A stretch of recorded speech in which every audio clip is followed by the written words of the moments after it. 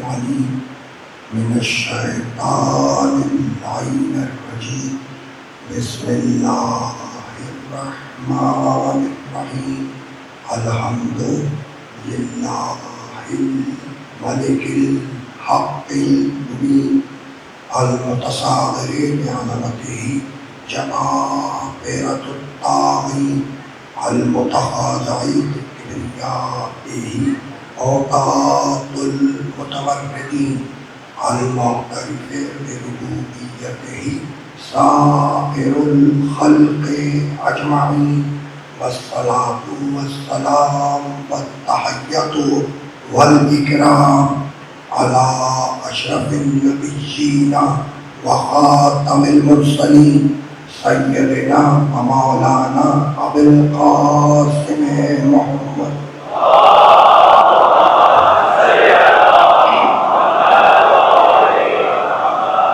وأهل بيته الطيبين الطاهرين المعصومين المظلومين أما بعد فقد قال الله سبحانه وتعالى في محكم كتابه المبين بسم الله الرحمن الرحيم شرع لكم من الدين ما وصى به نوحا والذي أوحينا إليك وما وصينا به إبراهيم وموسى وعيسى أن أقيموا الدين ولا تتفرقوا فيه صلوات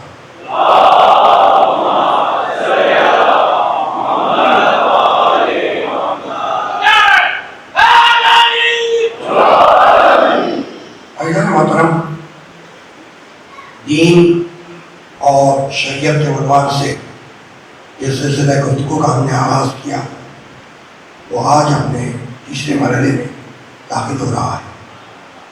کل کی گفتگو اس مرحلے میں رکی تھی کہ پروردگار عالم نے سورہ مبارکہ آل عمران میں ارشاد فرمایا کہ هو الذی انزل علیک الکتاب، حبیب ہم نے اس کتاب کو تیرے اوپر نازل کیا، منہ آیات محکمات، اس کتاب میں کچھ آیتیں محکم ہیں، ام الکتاب جو کتاب کی اصل ہے، وَأُخَرُ مُتَشَابِہَاتٌ، اور اسی قرآن میں کچھ آیتیں متشابہ ہیں جو مشکل سے سمجھ میں آتی ہیں۔ محکم یعنی آسان، متشابہ مشکل سے سمجھ میں آتی ہے، سمجھانے سے سمجھ میں آتی ہے۔ فَأَمَّا الَّذِينَ فِي قُلُوبِهِمْ زَيْغٌ، تو وہ جن کے دلوں میں ٹیڑھ ہے، کجی ہے، جو منافق ہے، وہ آسان آیتوں کو چھوڑتا ہے اور مشکل آیتوں کی پیروی کرتا ہے۔ کیوں؟ وَابْتَغَاءَ الْفِتْنَةَ، تاکہ معاشرے میں فتنہ پھیلائے۔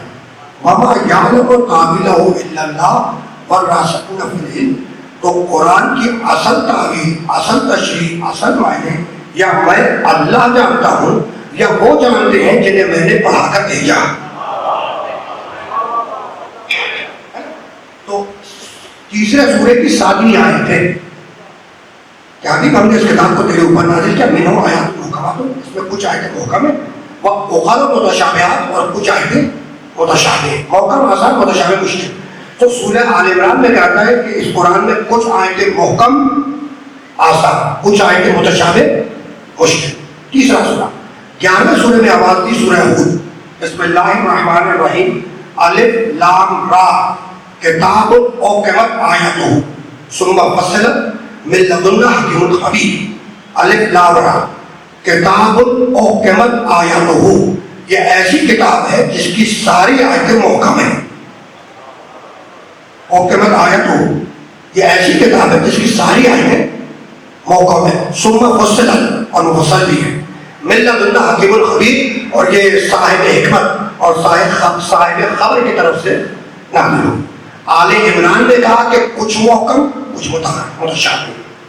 سورہ ہود میں کہتا ہے کہ پوری کتاب محکم ہے۔ دو مقامات کیا ہے جو، اور اب سورہ زمر 39واں خضر سورہ قرآن مجید کا، اللہ نزل احسن الحدیث کتابا متشابہا، اللہ نے بہترین باتوں پہ مشتمل اس کتاب کو نازل کیا۔ کتابا متشابہا، یہ پوری کی پوری کتاب متشابہ ہے، یہ پوری کی پوری کتاب متشابہ ہے۔ تو سورہ زمر میں کہتا ہے کہ پوری کتاب متشابہ، سورہ ہود میں کہتا ہے کہ پوری کتاب محکم، اور آل عمران میں کہتا ہے کہ کچھ محکم کچھ متشابہ. تین الگ الگ باتیں ہو گئی نا. اور اب چوتھا سورہ سورہ نساء، یہ چوتھی بات سمجھے جاؤ. سورہ نساء میں کہتا ہے افلا، کل پڑھ کے گزرا تھا کیا ہے، افلا یتدبرون القرآن، انہیں ہو کیا گیا ہے کہ قرآن میں تدبر کو نہیں کرتے، غور کو نہیں کرتے، فکر سے کام کو نہیں دیتے.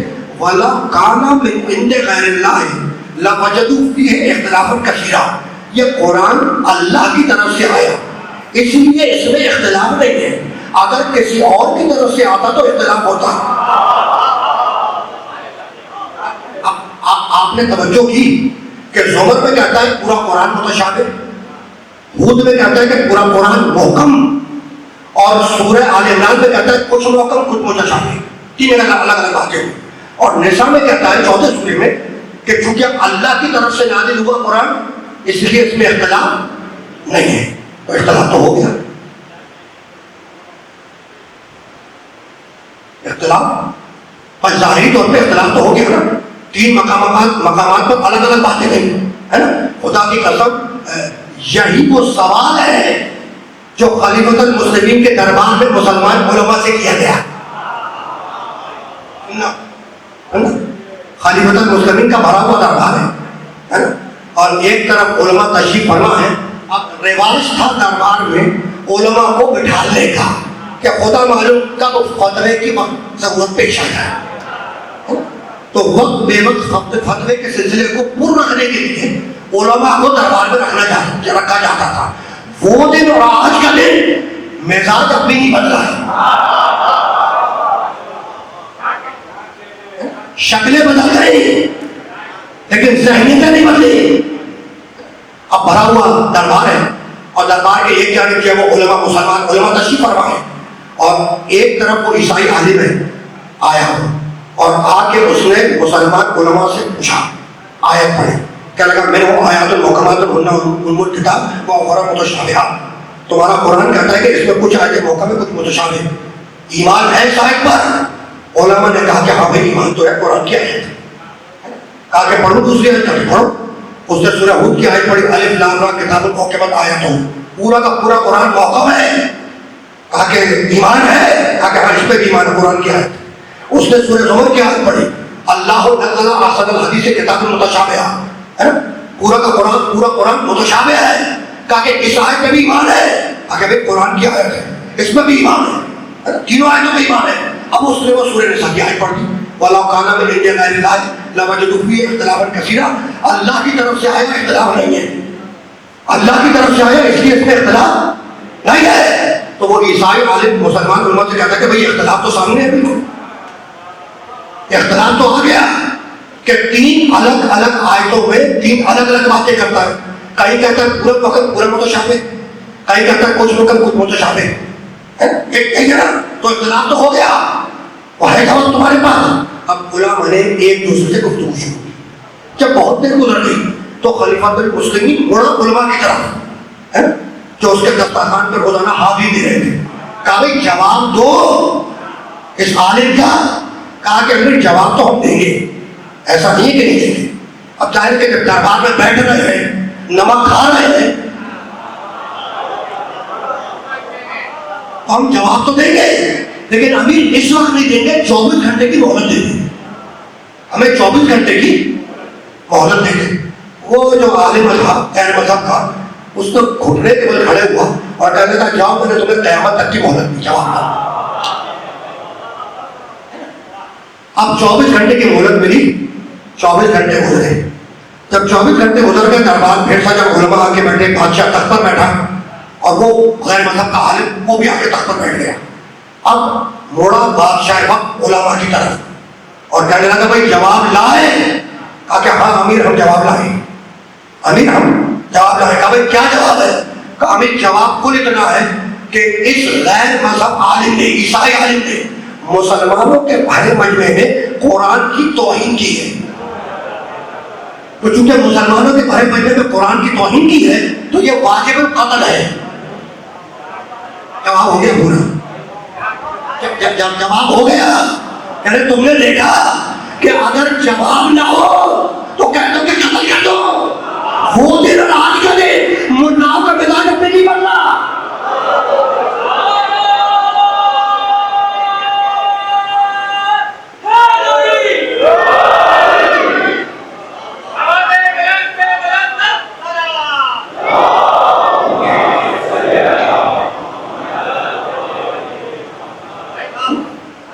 کہا کہ جواب یہ ہے کہ اس نے توہین قرآن کی، توہین کلام اللہ کیا.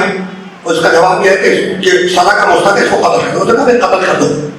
وہ جو غیر مذہب کا عالم ہے اسے قتل کر دو، مجھے ٹھیک کوئی پرواہ نہیں ہے. لیکن اتنی بات ثابت ہو گئی کہ یہ قرآن اللہ کا کلام نہیں، اس لیے کہ اختلاف ہے. اب دربار میں جو بیٹھے ہوئے لوگ تھے نا، ان میں سرگوشیاں بلند ہوئی. اس میں جب سرگوشیاں زیادہ بلند ہوئی تو وہ جو بادشاہ کا امیر تھا خوشی، وہ آیا خلیفۃ المسلمین کے پاس اور آ کے کہنے لگا اس میں پریشانی کی کیا بات ہے. کہا کہ بھائی دیکھو دربار میں جو وسپرنگ بڑھ رہی ہے، سرگوشیاں بڑھ رہی ہیں، عیسائی عالم نے مسلمان علماء کو لاجواب کر دیا ہے، قرآن خطرے میں پڑ گیا ہے کلام اللہ، اور تم کہہ رہے ہو پریشانی کی بات نہیں ہے. کہا کہ ہاں پریشان ہونے کی کوئی بات نہیں ہے. اگر تو چاہتا ہے کہ یہ غیر مذہب کا عالم خاموش ہو جائے تو ابھی محمد کا ایک بیٹا زندہ ہے.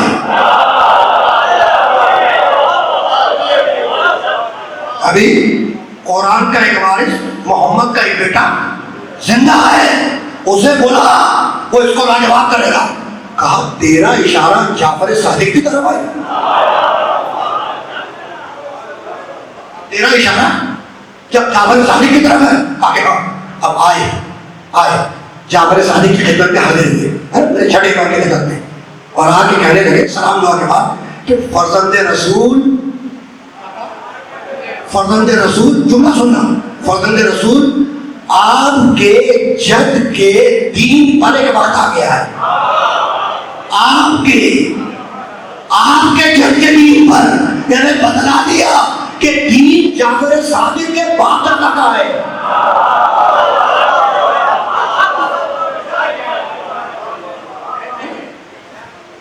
تو چل کے بعد جا بھی فرمائیں، اگر آپ نہ دیں تو مسئلہ نازک ہو جائے گا. اب آئے جعفر صادق آئے.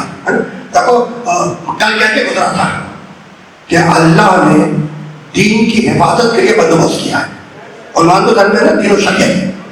تو جب بھی دین پہ وقت آئے گا، شریعت پہ وقت آئے گا تو کوئی اور نہیں اٹھے گا، دین و شریعت کے محافظ اٹھے گا. اب جب دین پہ وقت آیا، قرآن پہ وقت آیا، شریعت پہ وقت آیا، قرآن ایک نظام ہے جس کے اوپر تمہیں چلنا ہے. تو اب وہ جو وارث قرآن تھا، وارث دین و شریعت، وہ چلا. آئے دربار میں علماء بیٹھے ایک طرف وہ غیر مذہب کا عالم بیٹھا، درمیان میں میرا چھٹا امام بیٹھا. جب سب بیٹھ گئے تو اب وہ خلیفۃ المسلمین تھا، وہ بڑا عیسائی عالم کی طرف، اور کہنے لگا بھائی جو سوال تو ان سے پوچھ رہا تھا وہ ان سے پوچھ لے.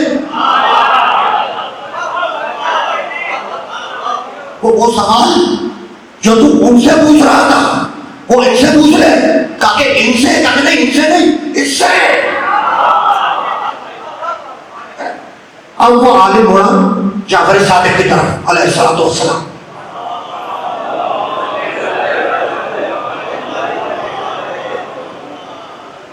یہ جعفر صادق علیہ السلام فقہ جعفری کے بانی ہے. تمہارا تعلق ہے فقہ جعفری سے، ہم فقہ جعفری پہ عمل کریں.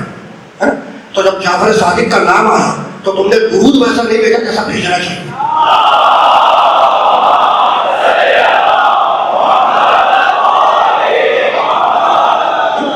بھائی میں تو تھکا ہوا ہوں، اس کے باوجود محسوس نہیں ہونے دوں گا کہ تھکا ہوا ہوں، ٹھیک ہے، لیکن تمہیں تو نہیں تھکنا چاہیے. جیسے کہ ابھی تو آغاز ہوا ہے، ابھی تو اور تیسری بول رہے ہیں، اگر ابھی سے تھک گئے تو معاملہ نازک ہو جاتا ہے. بھائی اگر تم ابھی سے تھک گئے تو دوسروں کو تھکاؤ گے کیسے؟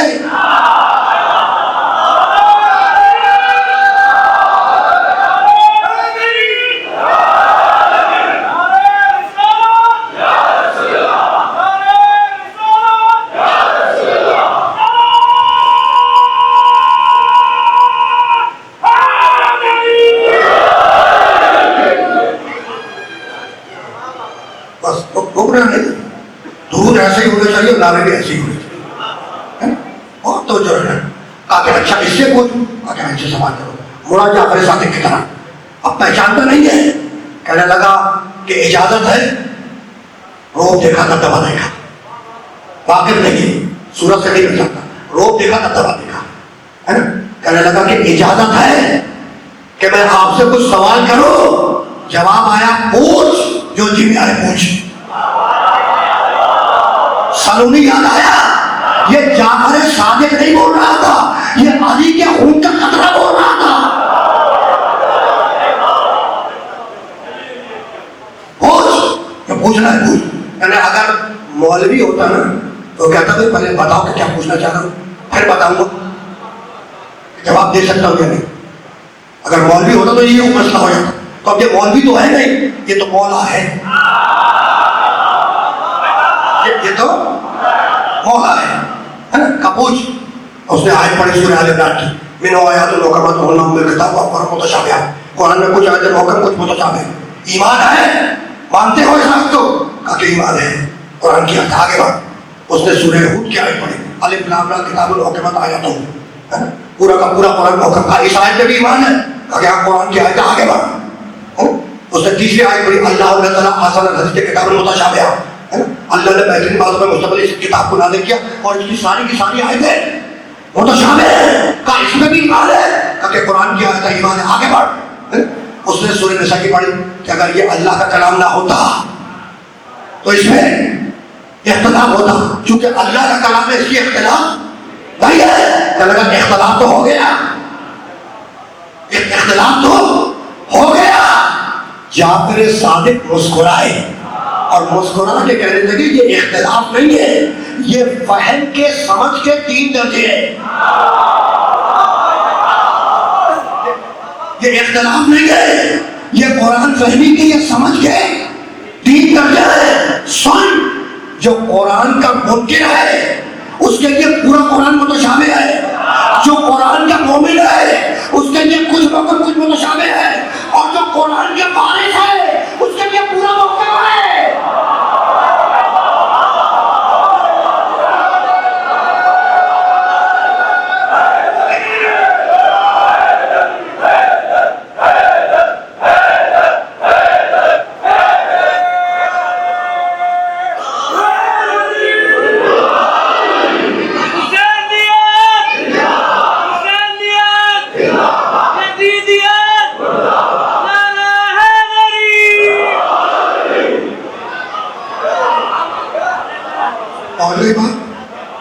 پہنچ کے باہر جو تشریف میں باتیں پہنچ رہی ہیں بھیا, میں انہوں نے متشکر اپنے ہاتھوں کا بلند کیا ہے نا. تو کیا کہا کہ یہ قرآن فہمی کے 3 درجے ہیں.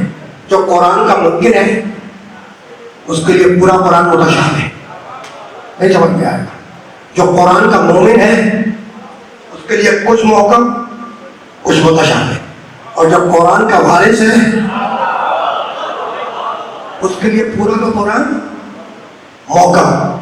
جھنجھلا کر کہنے لگا, جھنجھلا کر کہ سمجھ میں نہیں آتا کہ قیامت تک جانے والی کتاب قرآن مجید میں اللہ کو متشابہ آیتیں رکھنے کی ضرورت کیا تھی. پڑھا لکھا ہے جبھی یہ سوال کر رہا ہے. کہنے لگا سمجھ میں نہیں آتا کہ قیامت تک جانے والی کتاب, آپ کا دعویٰ ہے کہ اللہ کا قرآن میں اللہ کی کتاب ہے, تو قیامت تک جانے والی کتاب قرآن مجید میں اللہ کو متشابہ رکھنے آیتیں رکھنے کی ضرورت کیا تھی. بھائی مسکرائے جعفر صادق اور مسکرا کے کہنے لگے کہ اللہ نے قرآن میں متشابہ آیتیں اس لیے رکھی تاکہ قیامت تک ایک وارث قرآن کی ضرورت پیش آتی رہے.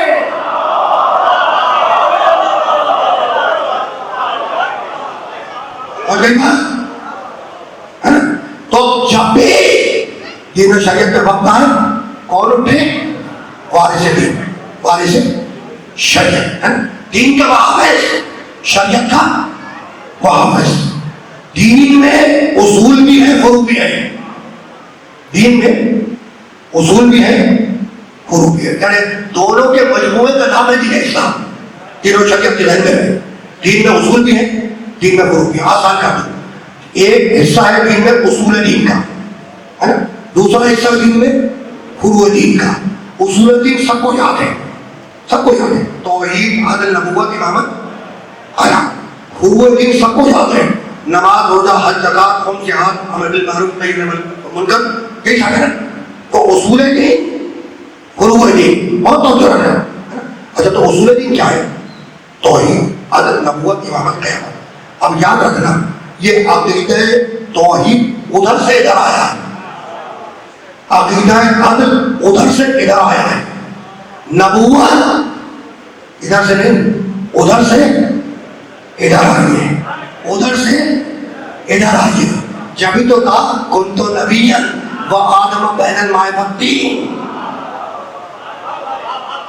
جبھی تو کہا کہ میں اس وقت بھی نبی تھا جب تمہارا باپ آدم پانی اور مٹی کے درمیان تھا, یعنی تمہارا باپ بنا نہیں تھا, میں اس وقت بھی نبی تھا. تو جب تمہارا باپ مجھ جیسا نہ ہوا تو پھر تم مجھ جیسے کیسے ہو جاؤ گے؟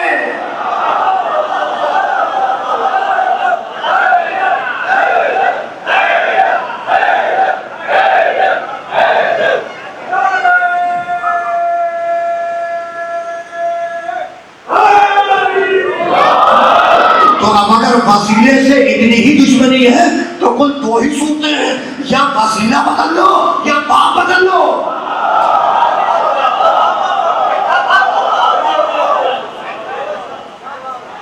رکنا نہیں, بہت تیزی کے ساتھ ہمیں جانا.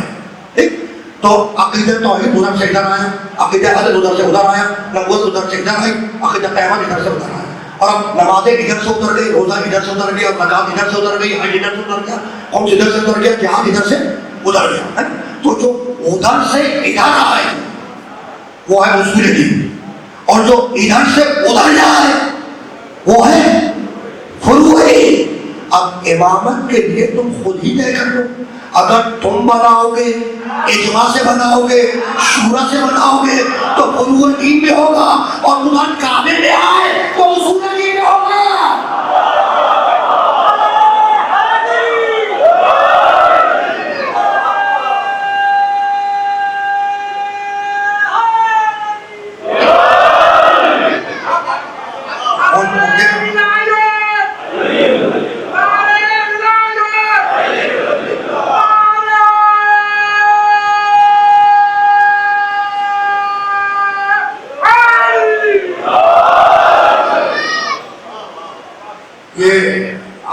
تیسری تقریر ہے اور آج یہ نعرہ سننے کو ملا ہے.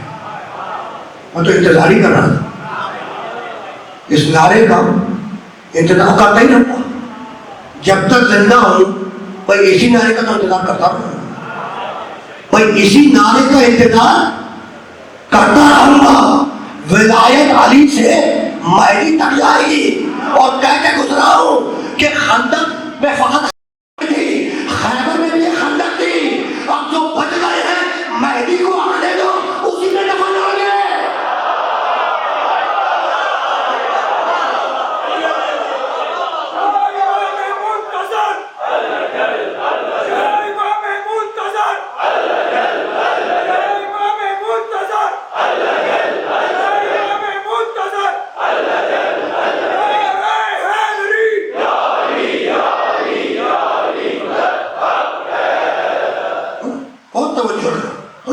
ادھر آئے تو اصول دین, جو ادھر سے ادھر جائے اور فروع دین. اب جملوں کو بتانا ہے, جیسے کہ مجھے ذرا سا آگے جانا ہے.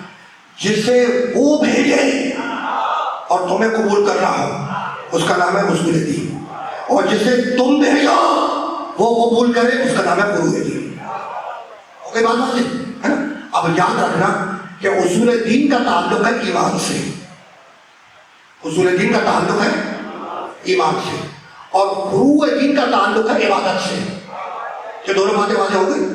اصول دین کا تعلق ایمان سے, فروع دین کا تعلق عبادت سے. مگر فرق کو یاد رکھنا کہ ایمان عبادت سے افضل ہے, ایمان عبادت سے افضل ہے. بہت ٹیکنیکل بات ہو, لیکن میں باتیں کروں گا, ابھی تک تو دعویٰ ہے, اب دلیل دوں گا. میں نے کیا کہا کہ ایمان عبادت سے افضل ہے. ٹھیک ہے. ایک مسلمان بائیمان دنیا سے گزر گیا, تو جانا تو سب کو ہے نا. تو ایک مسلمان بائیمان دنیا سے گزر گیا, اچھا خدا نہ خواستہ کچھ تھوڑی سی نمازیں رہ گئی تھی، نمازی تھا لیکن مرنے سے پہلے کچھ تھوڑی سی نمازیں رہ گئی تھی، چھوٹ گئی تھی، ٹھیک؟ اچھا روزے رکھتا تھا لیکن کچھ تھوڑے سے روزے رہ گئے تھے. اچھا بھائی مستطیع تھا، شرط ہے نا للہ علی الناس حج البیت من استطاع الیہ سبیلا، اگر مستطیع ہو تو ہم نے حج کو تو پر واجب کیا، تو مستطیع ہو گیا تھا لیکن حج نہیں کیا تھا، ہے نا؟ اچھا تو ورثہ کیا کرتے ہیں؟ نیابت میں نمازیں پڑھوا دیتے، نیابت میں روزے رکھوا دیتے، نیابت میں حج کروا دیتے ہیں، یہی تو ہے نا. تو عبادت کی جو کمی وہ رہ گئی تھی وہ اس طریقے سے نیابت کے ذریعے پوری ہو جاتی ہے. بات پہنچ گئی، پیچھے والے بات پہنچی کہ بھائی جو عبادت کی کمی رہ گئی تھی تم نے بدلے میں نیابت میں نمازیں پڑھوا دی، روزے رکھوا دیا، حج بدل کروا دیا، تو وہ جو عبادت کی کمی رہ گئی تھی وہ نیابت سے پوری ہو گئی. اب خدا نہ خواستہ کوئی ایمان میں تھوڑی سی کمی چھوڑ کے مرا،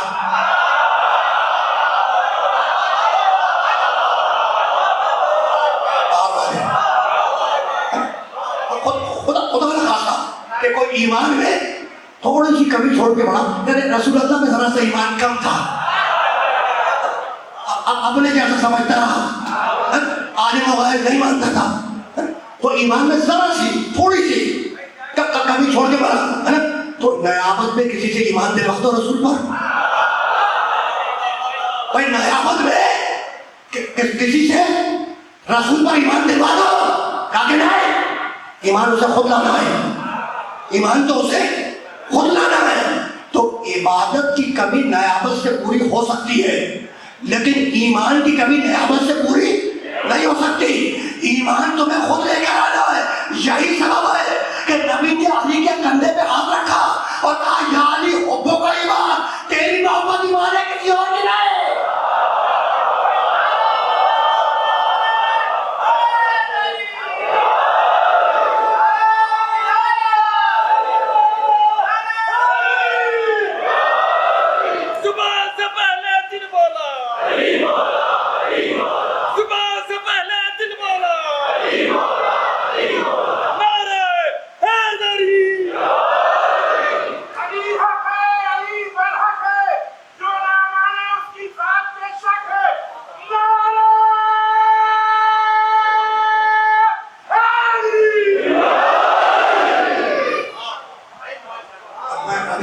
کمنٹ کرنے کے موڈ میں میں تھوڑا سا آگے جاؤں گا، ورنہ تم مجھے دائیں بائیں کر دو. تھوڑا سا آگے جائیں گے پھر دیکھ کے جب بیچ میں تھوڑا سا میں آگے بڑھ جاؤں گا، تھوڑا سا اس وجہ سے آگے بڑھ جاؤں. تو عبادت کی کمی نیابت سے پوری ہو سکتی ہے لیکن ایمان کی کمی نیابت سے پوری نہیں ہو سکتی. ایمان تمہیں خود لانا ہے. تو فرق تو واضح ہو گیا نا ایمان اور عبادت کا. اور اب سارے مسئلہ اس بات پہ متفق ہیں، سارے، کوئی کنٹروورسی نہیں ہے. جو عبادت کا انکار کرے، عبادت کو چھوڑے، وہ کہلاتا ہے فاسق، اور جو ایمان کا انکار کرے وہ کہلاتا ہے کافر. بہت توجہ رکھنا، بہت توجہ رکھنا، اس لیے اس مرحلے سے مجھے آگے جانا ہے. تو اصول دین توحید النبوت امامت قیامت، فروع دین نماز روزہ حج زکات خمس جہاد وغیرہ وغیرہ، ٹھیک ہے. اصول دین بھی اللہ کے، فروع دین بھی اللہ کے، دونوں اللہ کے ہیں. یعنی پورا دین اللہ کا، اور دین کی قیمت قل لا اسألکم علیہ اجرا الا المودۃ فی القربى.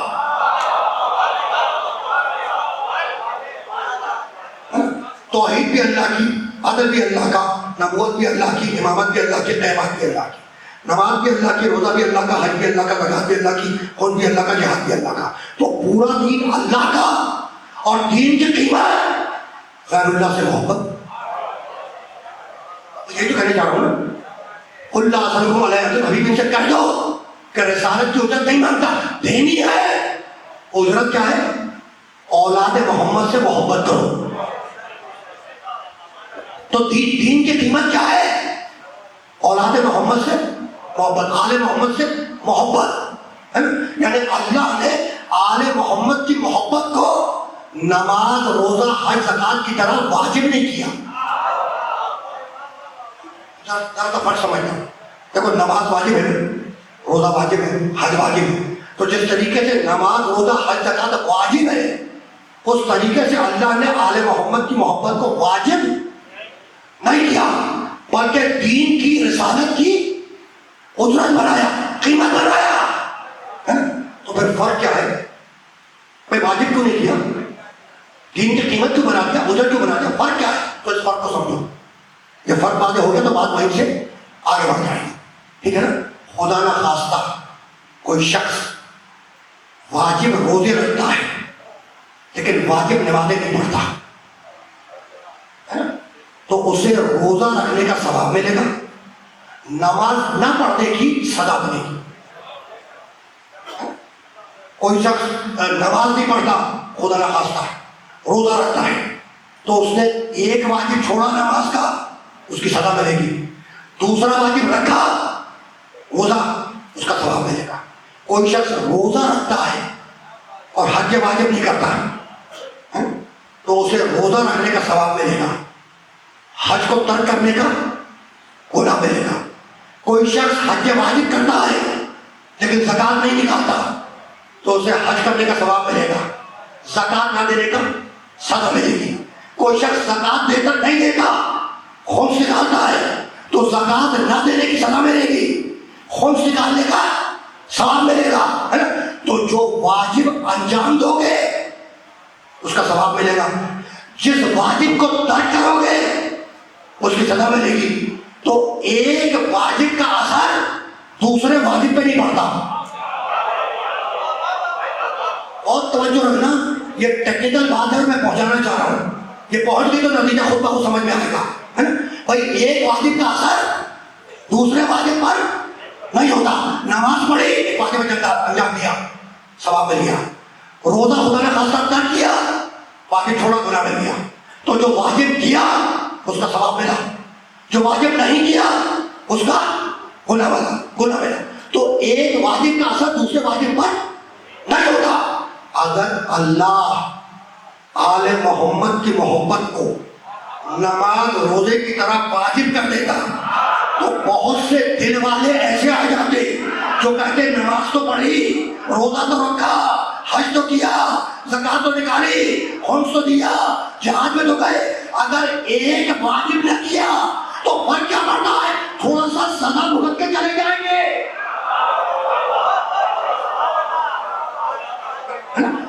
اگر آل محمد کی محبت کو نماز روزے کی طرف واجب کر دیتا تو کچھ ایسے بھی آ جاتے جو یہ کہتے کہ بھائی سارے واجب انجام دیے، ہم نے نماز پڑھی، روزہ رکھا، حج کیا، زکات دیا، سارے واجب پورے کیے. اگر ایک واجب ترک کر دیا تو فرق کیا پڑتا؟ تھوڑی سی سزا بھگت کر جنت میں چلے جائیں گے. اس لیے اللہ نے طے کیا کہ آل محمد کی محبت کو واجب نہیں بناؤں گا، رسالت کی اجرت بناؤں گا، تاکہ انکار کرنے پر غاصب بن کر سارے مال اکارت کر دو.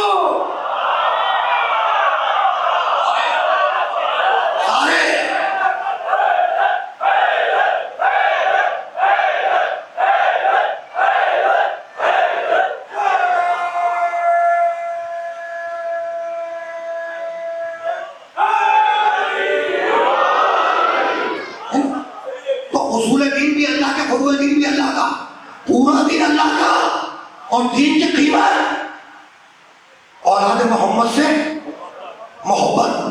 پروردگار کہہ دے کہ دین کی قیمت یہ ہے کہ مجھ سے محبت کرو. اپنے ایجنڈا بدلنا. مالک کہہ دے کہ دین کی قیمت کیا ہے کہ مجھ سے محبت کرو. کہ نہیں، تمہارے اس اعتراض کا جواب اس طریقے سے دوں گا کہ آل محمد کی محبت کو اپنی محبت بناؤں گا اور پھر اجرت کے طور پہ مانگ کر دیکھوں گا کہ دیتے بھی ہو یا نہیں.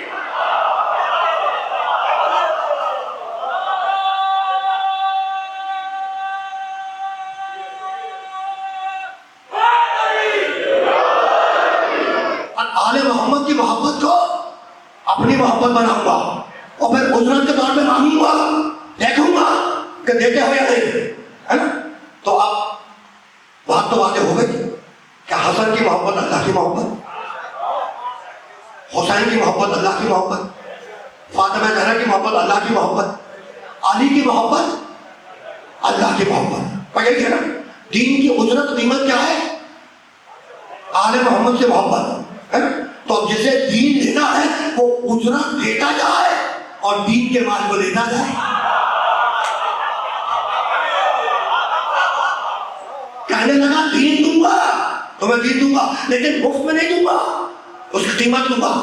اور قیمت کیا ہے کہ آل محمد سے محبت. تو اگر دین کا مال لینا ہے تو اجرت دیتے جاؤ، اجرت دو، دین کی اجرت دو اور دین لو. اچھا اب ساری دنیا کے معاشرے میں یہی ہوتا ہے، جو شرفا ہوتے ہیں، شرفا وہ ہمیشہ چیز کو قیمت ادا کر کے دیتے ہیں. تم گئے، تم نے چیز کی قیمت دی، اجرت دی اور دینے کے بعد وہ چیز دے دی. ٹھیک ہے، شرفا کا طریقہ یہی ہے کہ اجرت دو، چیز کا لو. لیکن اسی انسانی معاشرے میں، میں تمہارے شہر کی، تمہارے ملک کی بات نہیں کر رہا، پورے گلوبل سوسائٹی کی بات کر رہا ہوں، انسانی معاشرہ. اسی انسانی معاشرے میں کچھ ایسے بھی ہوتے ہیں جو بغیر اجرت دیے چیز کو لے جاتے ہیں. ہوتے ہیں یا نہیں؟ ہوتے ہیں نا. اب ان کی 3 قسمیں ہیں، چور، ڈاکو اور ٹھگ.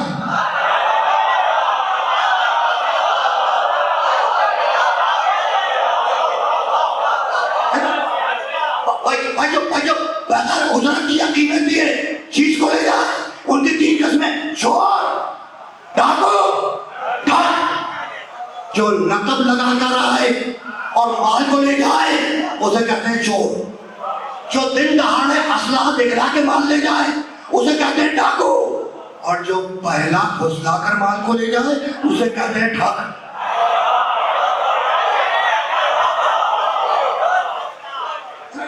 تو یہ جو تینوں قسمیں بتلائیں، یہ جو تینوں میں نے قسمیں بتلائیں، انہوں نے مال لیا، قیمت کسی نے ادا نہیں کی.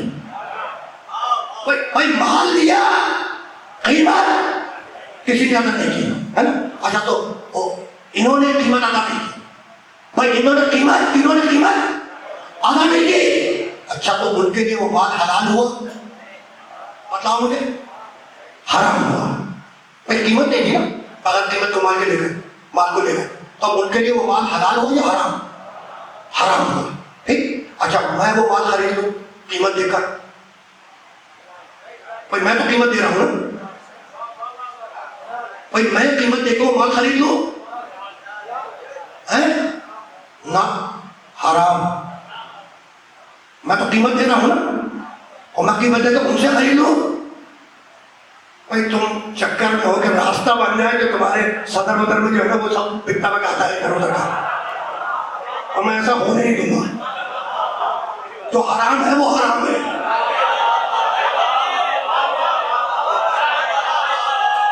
جو حرام ہے وہ حرام ہے، چاہے سستا ہی نہ ملے، چاہے سستا نہ ملے. باہر والے بھی مسکرانے مسکراؤ، ٹھیک ہے.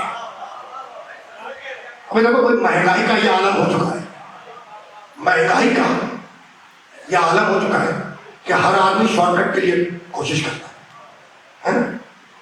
ٹھیک ہے. اور علم کی بھی اتنی قلت ہو چکی ہے کہ لوگ یوٹیوب سے کام چلا لیتے ہیں.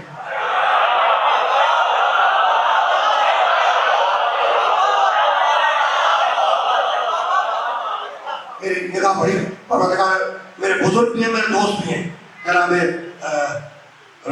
علی رضوی صاحب جو ہیں، پروردگار ان کو شب کاملہ عطا فرمائے، علی چل رکو جانا ہے اس مدد سے آگے جانا ہے نا. تو انہوں نے مال دیا غلط قیمت کے، حلال ہوا حرام؟ حرام. اچھا میں تو قیمت دے رہا ہوں نا، قیمت دے کر میں وہ مال لے لوں، حلال ہے؟ نہیں، خدا کی قسم حرام. کیوں؟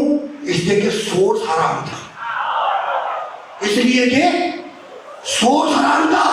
تو جنہوں نے کل بغیر قیمت کے لیا انہوں نے بھی حرام کیا، جو آج بغیر قیمت کے لے رہے ہیں وہ بھی حرام کر رہے ہیں.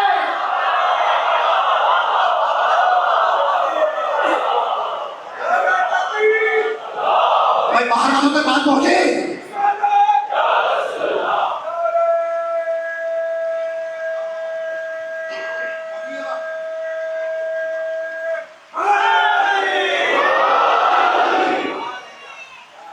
مشکل باتیں تو نہیں ہیں، آسان ہے، اور اس مرحلے تک لے آئے جہاں تک کیا تھا، ذرا سا آگے جائیں، ٹھیک ہے نا؟ تو اب اصول کیا ہے کہ دین کی قیمت دو، دین کا مال دے لو، ٹھیک ہے نا؟ اور قیمت کیا ہے، اجرت کیا ہے، آل محمد سے محبت، ہے نا؟ تو اب علی کی محبت، اللہ کی محبت، علی کی محبت، علی کی محبت، اب یہ اب تک دعویٰ ہے، اب میں دلیل دینے جا رہا ہوں، یہ دعویٰ ہے اور اب میں دلیل دینے جا رہا ہوں، ہے نا؟ ایک بی بی ہے جس کا نام ہے مریم، ہے نا؟ سلام اللہ علیہ، قرآن میں جناب مریم کے نام پر ایک پورا سورہ ہے، سورہ مریم، ہے نا؟ 19واں سورہ، اور آیت ہے یا مریم ان اللہ اصطفاک وطہرک واصطفاک علی النساء العالمین، مریم ہم نے تمہیں مصطفیٰ بنایا، تمہیں چن لیا، ہے نا؟ تو طاہرہ ہے، مصطفیٰ ہے، معصومہ ہے نا؟ اور ایک نبی اولو العزم کی ماں بھی ہے، اور ابھی ماں بنی نہیں ہے، بنے گی، ابھی ماں بنی نہیں ہے، بنے گی، ہے نا؟ وہ ہے کہاں پر؟ تو بیت المقدس، وہ جو پہلے یہاں پہ نماز پڑھی جاتی تھی روک کر کے، تب لیا ہوا ہے، بیت المقدس میں کچھ حجرے ہیں، ان حجروں میں سے جو متصل ہیں ان میں سے ایک حجرے میں جناب مریم رہتی، اچھا اب کنواری ہے، معصومہ ہے، نبی اولو کی ماں بنے گی، ہے نا؟ کم عمر ہے، ٹھیک؟ کفالت کیسے کروائی؟ کفالہ زکریا، زکریا سے کفالت کروائی، ہے نا؟ اب حضرت زکریا کا طریقہ کیا تھا کہ صبح کو نکلتے بیت المقدس سے تو دروازے پر تالا لگاتے، کنواری ہے، مریم ہے، معصومہ ہے، طاہرہ ہے، صدیقہ ہے، کم عمر ہے، تو جب زکریا باہر نکلتے تو دروازے پہ تالا لگاتے تھے، چلے جاتے، شام کو پھر واپس آتے، تالا کھولتے، بیت المقدس میں داخل ہو جاتے جناب مریم کے پاس۔ کفالت کی ذمہ داری اللہ نے مریم کی، زکریا کو، ٹھیک ہے نا؟ اور توجہ کرنا، وہ مریم رہتی ہے بیت المقدس میں، ایک حجرے میں، ٹھیک؟ ادھر عیسیٰ علیہ السلام کی ولادت کا وقت آیا، اب یہ تاریخ قرآن ہے اور تاریخ انبیاء ہے، ابھی آیت پہ نہیں آیا، آیت پڑھوں گا، ٹھیک ہے نا؟ جب عیسیٰ کی ولادت کا وقت آیا تو آواز آئی مریم اخرجی من البیت، مریم ہمارے گھر سے باہر جاؤ، ہمارے بیت سے، گھر سے باہر جا، ہاذا بیت العبادہ لا بیت الولادہ، یہ عبادت خانہ ہے، ولادت خانہ نہیں ہے۔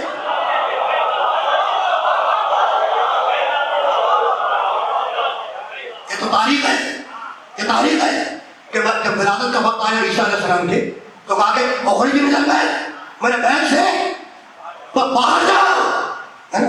ایک کمال ہو گیا، یہ بھی عبادت خانہ ہے نا؟ اور خانہ کعبہ بھی عبادت خانہ ہے، یہاں کہہ رہا ہے کہ باہر جاؤ،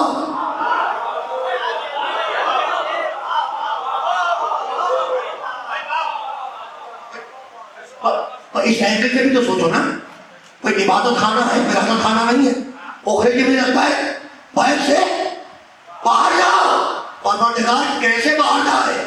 چابی تو زکریا کے پاس ہے، مالک باہر جائے تو کیسے جائے؟ اس لیے کہ چابی تو بیت المقدس کی زکریا کے پاس ہے، دروازے پہ تالا بنا ہے۔ اب یہاں پہ میں اپنے والد اللہ کا جملہ نقل کر رہا ہوں کہ اب تاریخ بنی کہ مریم کے لیے دیوار ٹوٹی، راستہ بنا، تو راستہ مریم کے لیے بھی بنا، راستہ بنت اسد کے لیے بنا، لیکن فرق کو سمجھو، مریم کے لیے راستہ بنا کے باہر جاؤ، بنت اسد کے لیے راستہ بنا کے اندر آؤ۔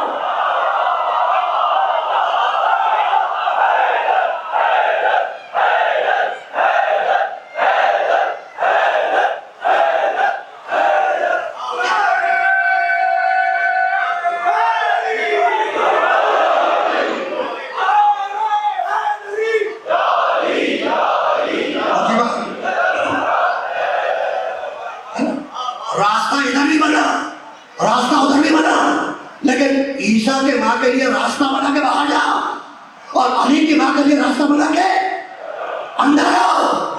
تو کہنے لگا وہ خوشی میں دیتا ہے ہمارے بھائی سے عبادت خانہ ہے، عبادت خانہ نہیں، باہر جاؤ. مالک یہ بھی عبادت خانہ، وہ بھی عبادت خانہ ہے نا. عیسیٰ کی ماں سے کہہ رہا ہے کہ باہر جاؤ، عیسیٰ کی ماں سے کہہ رہا ہے باہر جاؤ. پروردگار بات کیا ہے؟ تو نگاہ خداوندی دیکھ رہی تھی. دیکھو جملہ ظاہر نہ ہونے پائے. نگاہ خداوندی دیکھ رہی تھی کہ عیسیٰ کی قوم عیسیٰ کو خدا کا بیٹا کہے گی. تو اگر عبادت خانے میں پیدا ہو گیا تو عیسائیوں کو دلیل مل جائے گی کہ بیٹا نہیں تھا تو کون تھا؟ جبھی تو عبادت خانے میں آیا.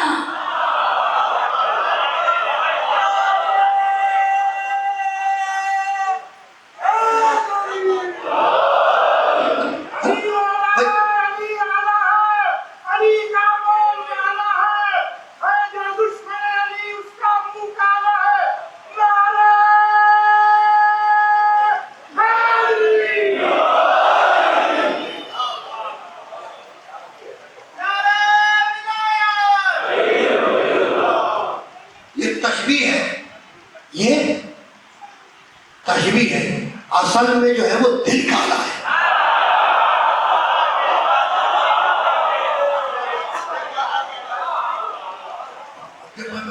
مجھے جانے کا تھوڑا سا ہو رہا ہے، اسی کے وقت میں چل جاتے ہیں تھوڑی سی اور توجہ رکھنا. ٹھیک. تو پروردگار عیسیٰ کی ماں سے کہہ رہا ہے کہ باہر جا. اور بات کیا ہے؟ تو نگاہ اللہ دیکھ رہی تھی کہ عیسیٰ کی قوم عیسیٰ کو خدا کا بیٹا کہے. تو اگر عیسیٰ عبادت خانے میں اللہ کے گھر میں پیدا ہو گئے تو عیسائیوں کو سب سے بڑی دلیل یہی ملے گی ہے نا. سب سے بڑی دلیل عیسائیوں کے لیے کبھی خدا کا بیٹا تھا، کبھی تو خدا کے گھر میں تھا. اس کے مریم صلی اللہ علیہ وسلم سے کہا کہ باہر جا ہے نا. مالک عبادت خانہ یہ بھی ہے، عبادت خانہ وہ بھی ہے. کعبہ عبادت خانہ وہ کھانے کعبہ بھی تو عبادت خانہ ہے نا، تیرا ہی گھر ہے نا. وہاں علی کے پاس سے کہہ رہے اندر آؤ. وہاں علی جب وہ سناٹا تو تاریخ ہونا تھا، ہونا ہی تھا، لازمن ہونا تھا.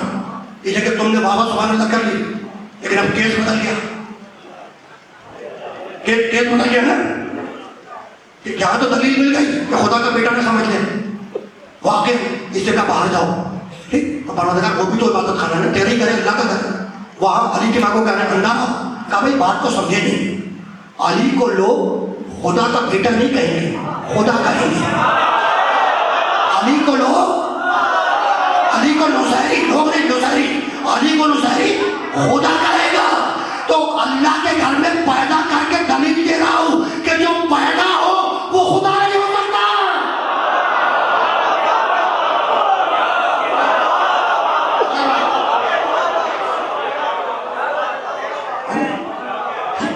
تو دونوں طرف تاریخ بنائے. ادھر مریم کو نکال کے تاریخ بنائے، ادھر پیدا کر کے بتایا کہ جو پیدا ہو. اور دیکھا میں محتاج ہوا آپ بزرگوں کے، آپ بزرگوں کے محتاج ہوا. ورنہ میری کوئی حیثیت نہیں ہے جس جگہ میں بیٹھا، میں اپنے آپ کو اس قابل سمجھتا ہوں. اور توجہ رکھیے گا ہے نا. تو تاریخ بنانا بہت توجہ رکھنا. اچھا جانا کہاں تک ہے؟ یہ تو درمیان میں آ گئی بات. علی کی محبت یہ تو کسی کو نہیں بولنا چاہیے.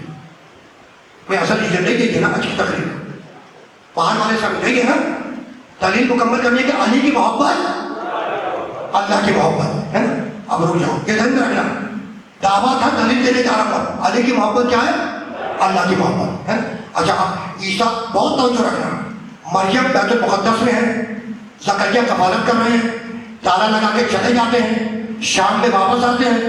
اب یہاں سے قرآن وہ عبارتیں تاریخ کی، اب یہاں سے میں قرآن پڑھ رہا ہوں ہے نا. جب تالا کھول کر سورہ مریم میں دیکھنا زکریا اندر داخل ہوتے ہیں، کفالہ زکریا تقریر نے کفالت کی ہے نا. تو جیسے اندر داخل ہوتے ہیں تو وجد عندہا رزقا کلما دخل علیہا زکریا المحراب، جب بھی زکریا محراب عبادت میں داخل ہوتے تو وجد عندہا رزقا، تو دیکھتے کہ رزق رکھا ہوا ہے، غذا رکھی ہوئی ہے، پھل رکھا ہوا ہے، پانی رکھا ہوا ہے. تو حیرانی کے عالم میں پوچھتے قالا انا لکے ھذا، مریم یہ غذا، یہ پھل، یہ وغیرہ وغیرہ پانی یہ آیا کہاں سے؟ قال ہے جناب مریم کہتے ہیں ہوا من عند اللہ، یہ میرے اللہ کی طرف سے آیا، یہ میرے اللہ کی طرف سے آتا ہے. ان اللہ یرزق من یشاء بغیر حساب، اور اللہ جسے چاہتا ہے بغیر حساب کے رزق دیتا ہے نا. بہت مشہور آیت ہے، دکانوں کے اوپر بھی لکھی ہوتی ہے نا، دکانوں کے اوپر بھی لکھی ہوتی ہے. تو فقط لکھنا کافی نہیں ہے، پڑھ کے سمجھنا ضروری ہے. سورہ نساء بتا چکا ہوں، وہ بہت برکت ہے، لکھنے میں برکت ہے، لیکن اس کو سمجھے پڑھے گی بہت توجہ رکھیے گا. تو جب پوچھا کہ کھانا کہاں سے آیا، اللہ نے کہ حاضر کہا کہ قال هو من عند اللہ، کہ میرے اللہ کی طرف سے آیا، اور اللہ جسے چاہتا ہے بغیر حساب رزق دیتا ہے نا. تو کھانا کہاں سے آ رہا ہے؟ اللہ کے پاس سے، جنت سے کھانا آ رہا ہے. کس کے لیے؟ جناب مریم کے لیے. ٹھیک. جب عیسیٰ کی ولادت کا وقت آیا تو کہا اخرجی من البیت، میرے بیت سے باہر جاؤ، میرے بیت سے باہر جاؤ ہے نا. ولادت ہوئی، مشرقی علاقے میں گئی، پورا پیراگراف ہے، پڑھ سکتا ہوں لیکن وقت میں گنجائش نہیں ہے نا. میں مجھے اندازہ میں تاخیر ہو گئی، میں اب سمجھ کر رہا ہوں اردو کو. ٹھیک. باہر آئی، مشرقی علاقے میں گئی، وہاں پہ عیسیٰ کی ولادت ہوئی وغیرہ وغیرہ ہے نا. اب غزہ ہے، غذا کی ضرورت ہے، مریم کو غذا کی ضرورت ہے. آواز آئی قرآن حزی الیک بجذع النخلۃ تساقط الیک رطبا جنیا. مریم اب تمہیں غذا چاہیے نا، تو حزی الیک بجذع النخلۃ، مریم اس کھجور کے تنے کو ہلاؤ، تساقط الیک رطبا جنیا، تو تم دیکھو گے کہ تمہارے اوپر تر و تازہ خرمے ٹوٹ کر ٹپکیں گے. انہیں اٹھاؤ اور کھا لو، انہیں اٹھاؤ اور کھا لو. بس بات مکمل ہو گئی.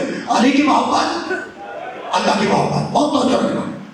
بیت المقدس میں تھی، مقدس مقدس دونوں پروناؤنسیشن. جب تک بیت المقدس میں تھی کھانا اللہ کی طرف سے آتا، جنت سے آتا تھا. ٹھیک. ادھر بچے کی ولادت ہوئی، ٹھیک، اور جنت سے کھانا نہیں آ رہا ہے. کرت تنے کو ہلاؤ، حزی الیک بجذع النخلۃ، ہلاؤ تنے کو، تو ساقط الیک رطبا جنیا، تم دیکھو گے کہ تر و تازہ خرمے ٹوٹ کے تمہارے اوپر گریں گے. انہیں اٹھاؤ کھا لو. گھبرا گئی مریم، گھبرا گئی. کا مالک وہاں تیرے گھر میں کھانا جنت سے آ رہا تھا، اور اب کیا کہ تنا ہلاؤ، خرمے ٹپکیں گے، انہیں اٹھاؤ کھا لو. تو پروردگار کو تقصیر ہو گئی، کوئی تقصیر ہو گئی کہ وہ جو جنت سے کھانا آ رہا تھا رک گیا. کہ بھائی بات تو اتنی ہے کہ اس وقت جب تم بیت المقدس میں تھی، اس وقت تمہارے دل میں بس اور بس ہماری محبت تھی. اور توجہ رکھنا. اب چونکہ عیسیٰ پیدا ہو گیا اور ممتا کی تقاضا ہے کہ بیٹے سے محبت ہو، تو اب چونکہ اللہ کے ساتھ غیر اللہ کی محبت شامل ہو گئی، اس لیے جنت سے آتا ہوا کھانا رک گیا. تو اصول کیا بنا؟ اصول کیا بنا کہ جب تک فقط اللہ کی محبت ہوگی جنت سے کھانا آتا رہے گا، اور ادھر اللہ کی محبت کے ساتھ غیر اللہ کی محبت آئی، جنت سے آتا ہوا کھانا رک جائے گا. دیوار ٹوٹی، بنت اسد گئی، علی کی ولادت ہوئی، 3 دن مہمان رہی، بھوکی رہی یا کھانا آیا؟ بھائی جنت سے کھانا آیا.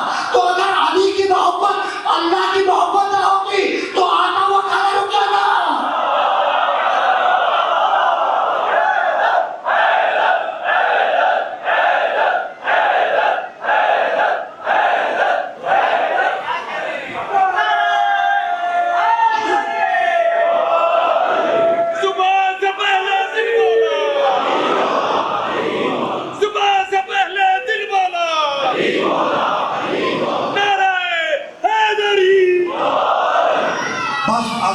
گفتگو اس مرحلے پر اختتام پیدی ہو گئی.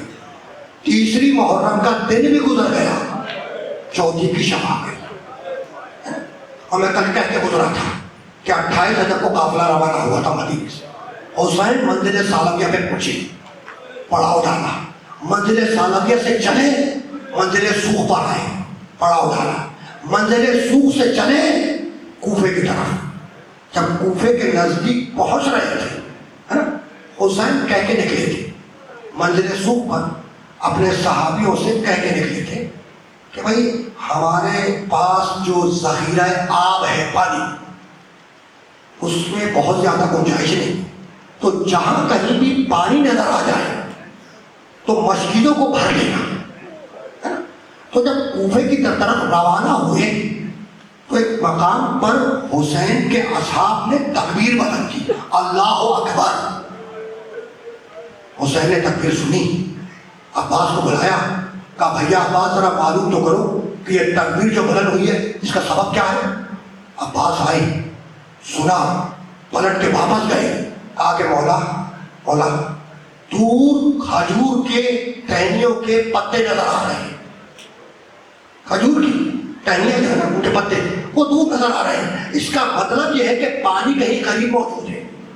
اس لیے اصحاب نے نعرہ تکبیر بلند کیا، جو عباس نے سنا وہ آگے نقل کر دیا، ٹھیک ہے نا۔ اب امامت کی نگاہ نے اس طرف دیکھا اور دیکھ کر کہنے لگے کہ بھیا عباس یہ کھجور کی ٹہنیاں نہیں ہیں، یہ کھجور کے پتے نہیں ہیں، عباس یہ حر کی فوج کے نیزوں کی آلیاں ہیں۔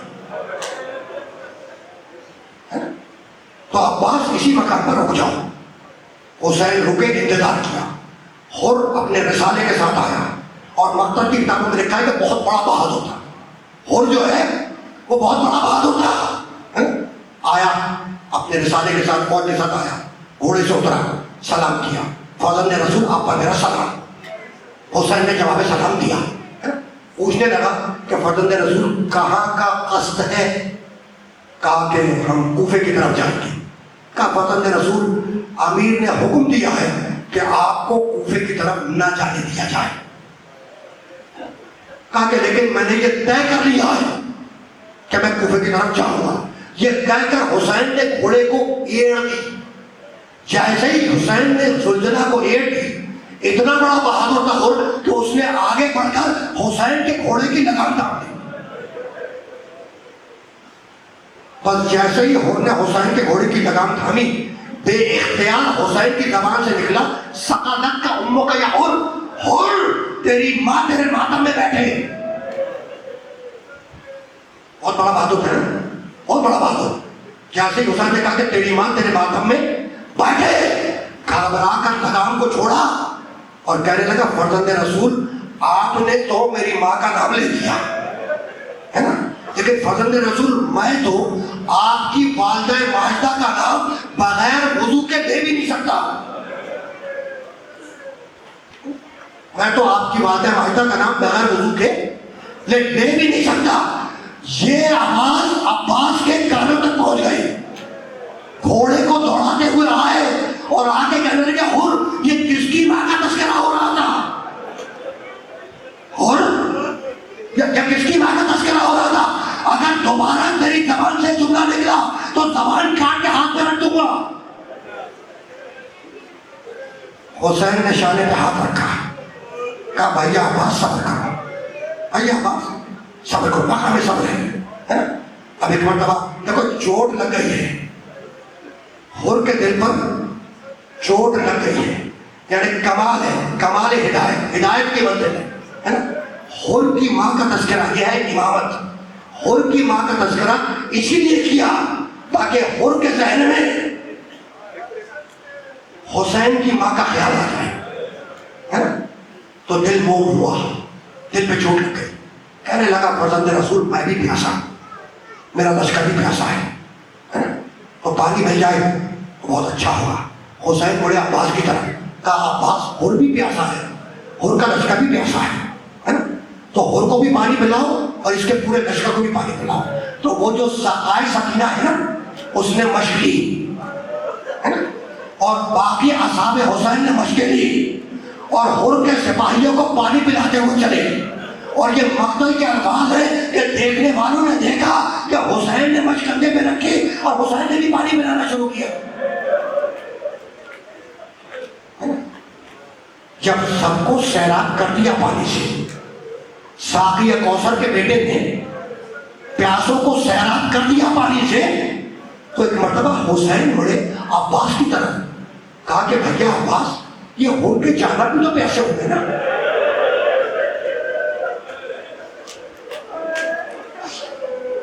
تو بھیا عباس ہور کے جانور کو بھی پانی پلاؤ.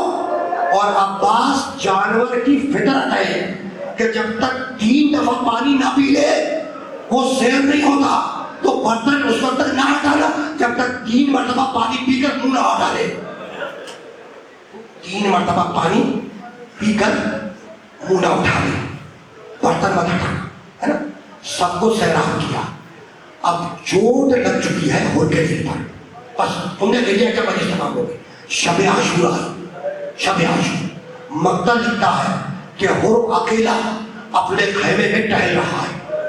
کبھی آگے جاتا ہے کبھی پیچھے جاتا ہے, کبھی آگے جاتا ہے کبھی پیچھے جاتا ہے.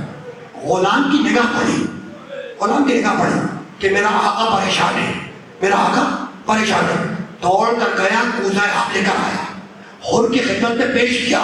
ہور نے کوزہ آب لیا, پانی پہ نگاہ کی اور یہ کہہ کر پھینک دیا کہ حسین کے بچے پیاسے رہے اور میں پانی پی لوں. اجرکم اللہ, حسین کے بچے پیاسے رہے اور میں پانی پی لوں. ہور کے غلام کے کچھ سمجھ میں نہیں آیا کہ یہ ہوا کیا. دوڑ کے گیا ہور کے بھائی کے پاس اور کہا کہ تیرے بھائی کی طبیعت ٹھیک نہیں ہے. میں نے اسے کوزہ آب دیا, اس نے پانی زمین پر پھینک دیا. ہور کا بھائی آیا اور کہا کہ بھیا کیا بیمار ہو, کیا طبیعت خراب ہے.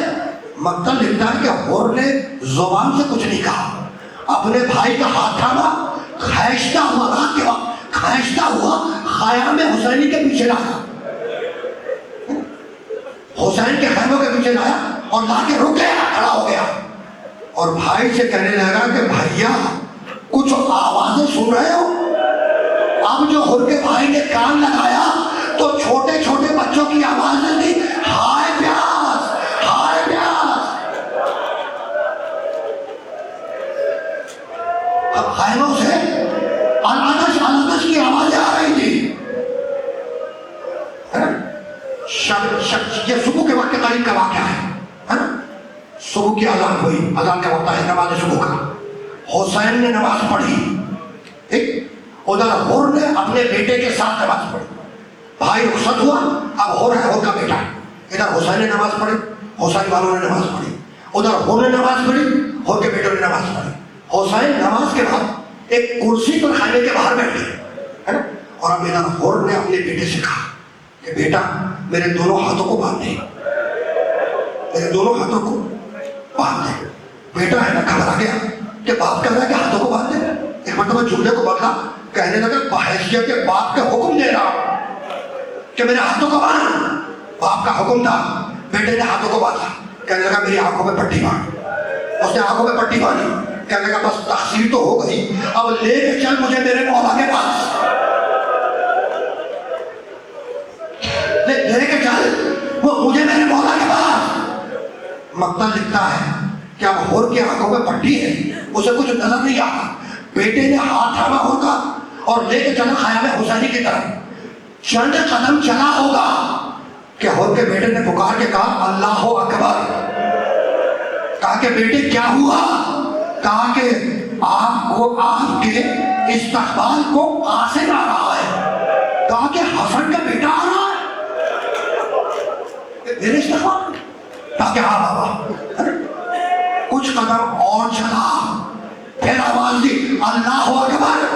کہا بیٹا آپ کیا ہوا؟ کہا شبیہ رسول علی اکبر آ رہا ہے.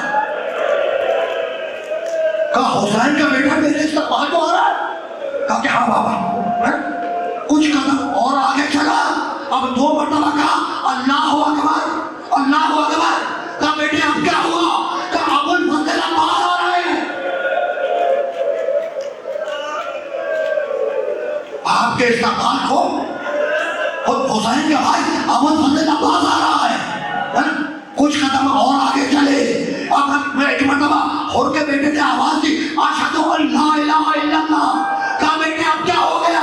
کہا کہ مولا خدا کو لینے آ رہے ہیں.